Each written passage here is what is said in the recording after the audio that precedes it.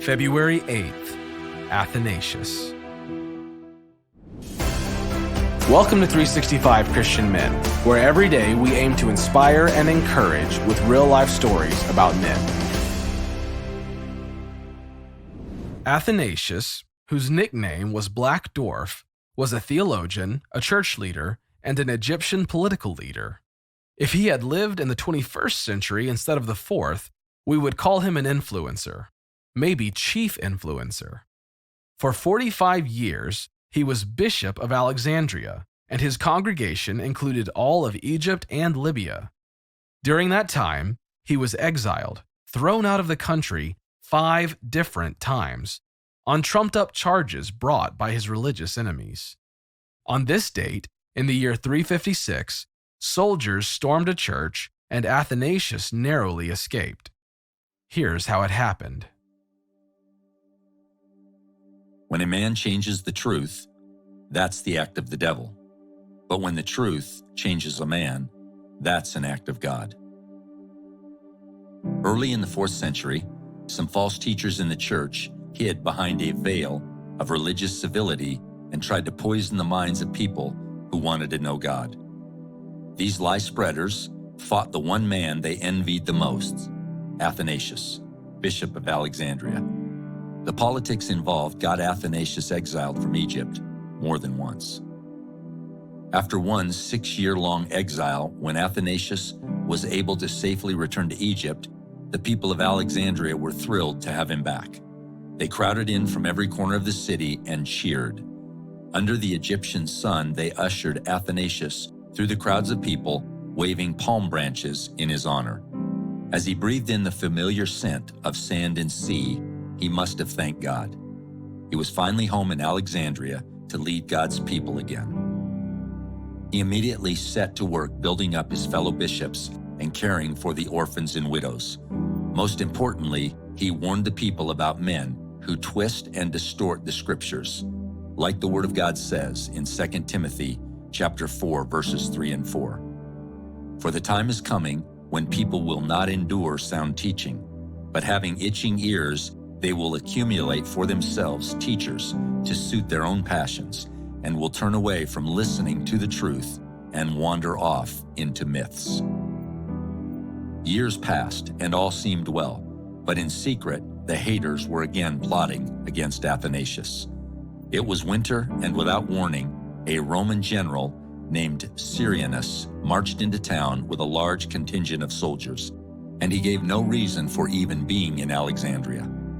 Athanasius went out and met him and reminded him that the emperor had promised to leave Alexandria at peace. A deep foreboding enveloped the city as a band of soldiers set up their camp.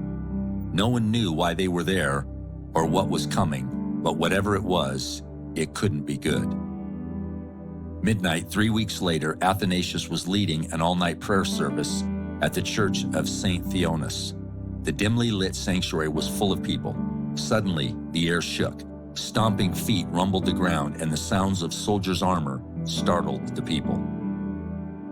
Syrianus and his troops had surrounded the church. They intended to overrun the church and to take Athanasius, dead or alive.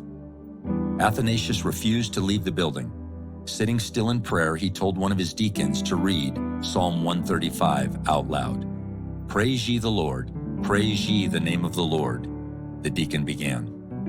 But the monks and the clergy in the sanctuary interrupted and begged Athanasius to leave the building at once. "Not until all have left the church," he replied.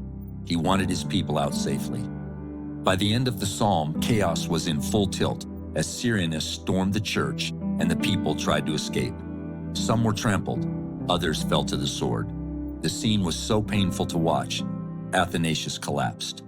A crowd of monks and clergy surrounded him, lifted him off his feet, and carried him out of the building. Miraculously, Athanasius escaped the soldiers unharmed. He later said he believed God had covered their eyes. Lies are common in the world today. When you hear them, how do you respond? Are you willing to stand up for the truth? When a man changes the truth, that's the act of the devil. But when the truth changes a man, that's an act of God.